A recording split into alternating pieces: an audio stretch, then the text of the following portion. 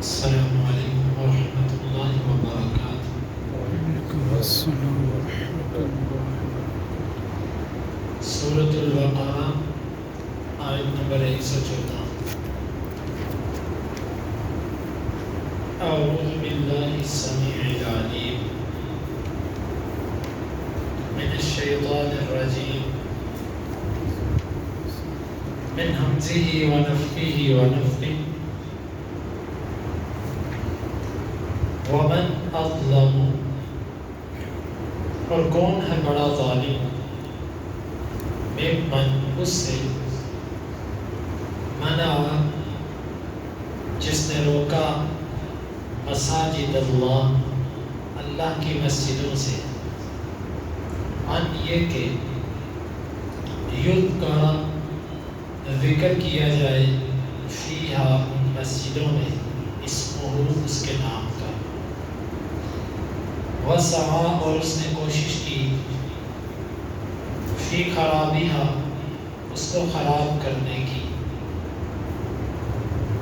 اولئک، یہی لوگ، ما کانا، نہیں ہے، لہم، ان کے لیے، ان یہ کہ یدخلوہا، وہ ان مسجدوں میں داخل ہوں، الا مگر خائفین، ڈرتے ہوئے، لہم، ان کے لیے، فی الدنیا، دنیا میں، خزی، رسوائی ہے، ولہم، اور ان کے لیے، فی الآخرہ، آخرت میں، عذاب عظیم، بہت بڑا عذاب ہے۔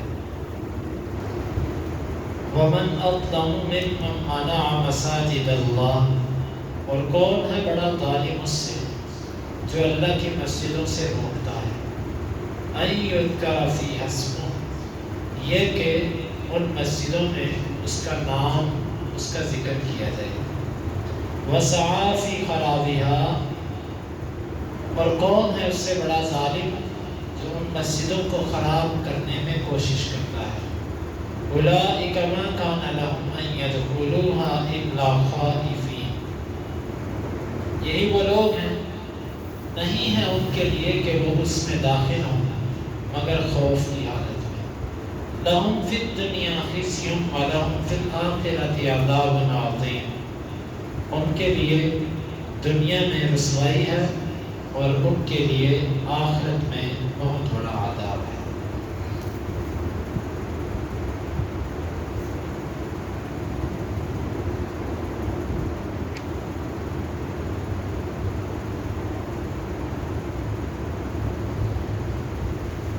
اس سے بڑا ظالم کون ہے جو اللہ کی مسجدوں سے روکتا ہے، اس سے مراد کون ہے؟ مفسرین کے اس کے بارے میں 2-3 اقوال ہیں۔ زیادہ مفسرین کا قول یہ ہے کہ اس سے مراد عیسائی ہے۔ عیسائیوں نے کچھ بادشاہوں کے ساتھ مل کر یہودیوں کو بیت المقدس میں نماز پڑھنے سے روکا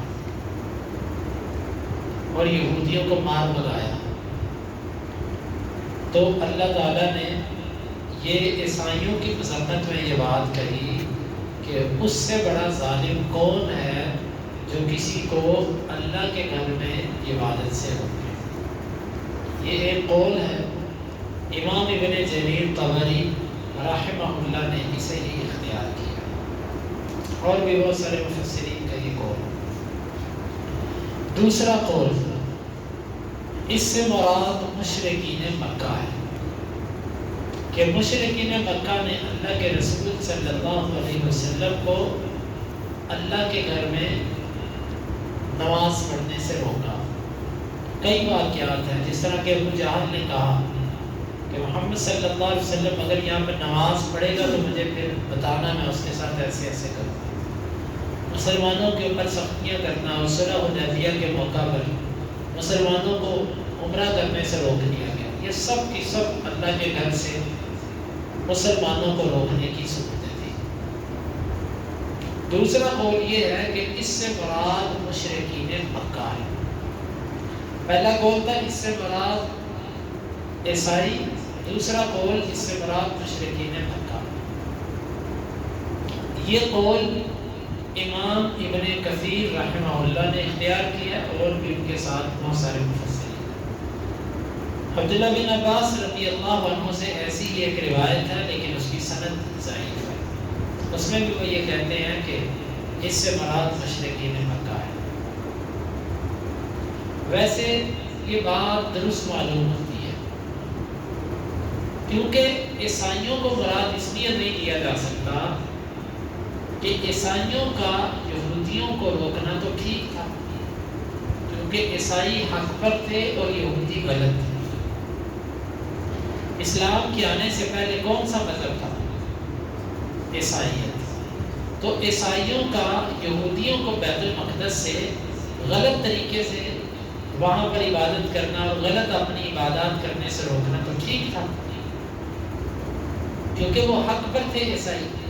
تو لہٰذا یہاں پر عیسائیوں کو مراد لینے والی بات اتنی وزنی معلوم نہیں ہوتی، واللہ اعلم بالصواب۔ یہی بات درست معلوم ہوتی ہے کہ اس سے مراد مشرکین مکہ ہے۔ اور ایک تیسرا قول بھی ہے جو امام رازی وغیرہ نے ذکر کیا، وہ یہ کہتے ہیں کہ اس سے مراد یہودی ہیں کہ جس وقت قبلہ بدلا، بیت المقدس کی جگہ پر دوبارہ بیت اللہ کو قبلہ بنایا گیا، تو اس وقت یہودیوں نے مسلمانوں کو بیت اللہ کی طرف منہ کر کے نماز پڑھنے سے روکنا چاہا۔ بہرحال یہ تین اقوال مفسرین کے اس کے بارے میں کہ اس سے مراد ہو، لیکن قرآن کی آیت عام ہے۔ کوئی بھی بندہ جو کسی کو اللہ کے گھر میں نماز اور عبادت سے روکتا ہے اس سے بڑا ظالم نہیں ہو سکتا۔ لہذا مسجدیں اللہ کی ہیں، اللہ کی عبادت جو بھی کرنے آئے اسے روکا نہیں جائے گا۔ ہاں اگر ان مسجدوں میں کوئی کسی اور کی عبادت کرے تو پھر روکا جا سکتا ہے۔ جیسے ان مسجدوں میں آ کر اگر کوئی عیسیٰ علیہ السلام کی عبادت شروع کر دے، عزیر کی عبادت شروع کر دے، یا ان مسجدوں میں آ کے کوئی حسن و حسین کی عبادت شروع کر دے، علی رضی اللہ عنہ کی عبادت شروع کر دے، اور اسی طرح وہ اپنے کو جو بدعیہ قسم کے اور اسلام کے خلاف جو ان کے اعمال ہیں ان کو وہ شروع کر دیں مسجدوں کے اندر، غیر اللہ سے مدد مانگے، غیر اللہ کو پکارے، اسے بھی روکا جا سکتا ہے کیونکہ وہ اللہ کی عبادت نہیں کرتا۔ البتہ اگر کوئی اللہ کی عبادت کرتا، وہ ہاتھ اوپر باندھے نیچے باندھے، رفع یدین کرے نہ کرے، جس طرح بھی وہ نماز پڑھتا ہے، اگر وہ عبادت اللہ کی کرتا ہے تو اسے روکا نہیں جا سکتا۔ ہاں وہ قیامت کے دن اللہ کو جواب دے کہ اس کی عبادت ٹھیک ہے۔ البتہ اگر کوئی اللہ کے غیر کی عبادت کرتا ہے اور اللہ کی عبادت میں غیر کو بجا لاتا ہے، مثال کے طور پہ جس طرح کے بعض روافض ایک مٹی کے اوپر سجدہ کرتے ہیں، ایک پتھر پر سجدہ کرتے ہیں اور یہ تصور رکھتے ہیں کہ یہ کربلا کی مٹی۔ اب سجدہ اللہ کو، اللہ کے یہ سجدہ اور کرنا کربلا کے پتھر پر، یہ اللہ کے ساتھ شرک ہے۔ تو ایسا جو ہے، میں نے آپ سے کہا جو اسلام کے خلاف جو کوئی طریقہ کرے اس کو روکا جائے۔ باقی اگر کوئی مسجد میں آئے اسے نماز پڑھنے کا پورا حق حاصل ہے، اس کا نماز کا طریقہ کیسا ہے یہ معاملہ اللہ کے ساتھ ہے۔ تو اس آیت مبارکہ میں ہمیں یہ تعلیم دی گئی ہے کہ اللہ کے گھروں سے کسی کو ان یذکر فی اسمہ، یہ کہ اس میں اس کا ذکر بلند کیا جائے۔ لہذا کسی کو قرآن پڑھنے پڑھانے سے روکنا، قرآن کی تعلیم سے روکنا، یا کسی بھی طرح کی چیز جس کا اللہ کے ذکر سے تعلق ہو اس سے روکنا جائز ہے۔ البتہ انتظامی امور الگ چیز ہے کہ انتظامیہ کی اجازت اور نظم و نسق کے ساتھ، مثال کے طور پہ اس مسجد میں آ کر کوئی بندہ کہے کہ جی میں یہاں پر ایک اپنی طریقے سے میں کلاس لگانا چاہتا ہوں، تو یہ یقیناً ایک انتظامی معاملے میں مداخلت ہے۔ اس پر اس کو کہا جائے گا کہ بھئی یہاں پر ایک سلسلہ چل رہا ہے، تم اس کے اندر شریک ہو جاؤ، علیحدہ طریقے سے مناسب نہیں ہے۔ انتظامی طور پر اس کی اصلاح کرنا یہ ایک الگ چیز ہوتی ہے، لیکن اس کو اس لیے روکنا کہ یہ اللہ کی کلام نہ یہاں پر پڑھائے، اللہ کی کتاب کا درس نہ دے، یہ ایک الگ چیز ہوتی ہے۔ آپ فرق سمجھیے، بعض لوگوں کو روک دیا جاتا ہے بھائی یہاں پر آپ کو درس دینے کی اجازت نہیں ہے، وہ کہتے ہیں دیکھو جی اس سے مجھے قرآن بیان کرنے سے روکتی ہے، یہ وجہ نہیں ہوتی، انتظامی معاملات الگ ہوتے ہیں، اور کسی کو اس وجہ سے روکنا کہ یہ اللہ کی کتاب نہ بیان کرے، یہ ایک الگ چیز ہے۔ آج کل مساجد کے اندر، مدارس کے اندر انتظامی حکمت کے تحت بعض دفعہ یہ پابندیاں ہوتی ہیں، اور یہ قرآن حدیث سے روکنا نہیں ہوتا۔ البتہ روکنا یہ ہوتا ہے کہ کوئی قرآن سے چڑ کے، حدیث سے چڑ کے یہ کہے کہ قرآن اور حدیث نہیں ہونا چاہیے، یہ ایک الگ چیز ہے۔ تو بہرحال مطلب یہ نکلا کہ مسجدوں کے اندر کسی طرح کی کوئی تعلیم یا کسی طرح کا کوئی ذکر جس کا اللہ کے دین سے تعلق ہو، اس سے منع نہیں کیا جانا چاہیے۔ البتہ وہ طریقہ ہونا ایک منظم طریقے سے چاہیے، اس میں کسی قسم کا انتشار اور کسی قسم کی تقریب کاری نہ ہو۔ وَسَعَى فِي خَرَابِهَا، اور وہ اللہ کے گھروں کو خراب کرنے کی کوشش کرتا ہے، اللہ کے گھروں میں دھماکے کرنے والے، خودکش بمبار بھیجنے والے، اور اللہ کے گھروں کو نعوذ باللہ من ذالک اس میں مسجدوں میں گھس کر ان پر مسلمانوں پر فائرنگ کرنے والے، ان کو شہید کرنے والے، وہ کسی بھی گھٹیا قسم کی ذہنیت کے لوگ، چاہے وہ کافر ہو، چاہے وہ اسلام کا نام لے کر ایسا کرتے ہیں۔ کئی ایسے جاہل اور احمق بھی آپ نے دیکھے نا کہ جو اسلام کا نام لے کر مسجدوں میں گھس کر نماز پڑھنے والوں پر حملہ کرتے ہیں۔ وَسَعَى فِي خَرَابِهَا، اور وہ مسجدوں کو خراب کرنے کی کوشش کرتے ہیں۔ مسجد کی خرابی دو طرح کی ہوتی ہے،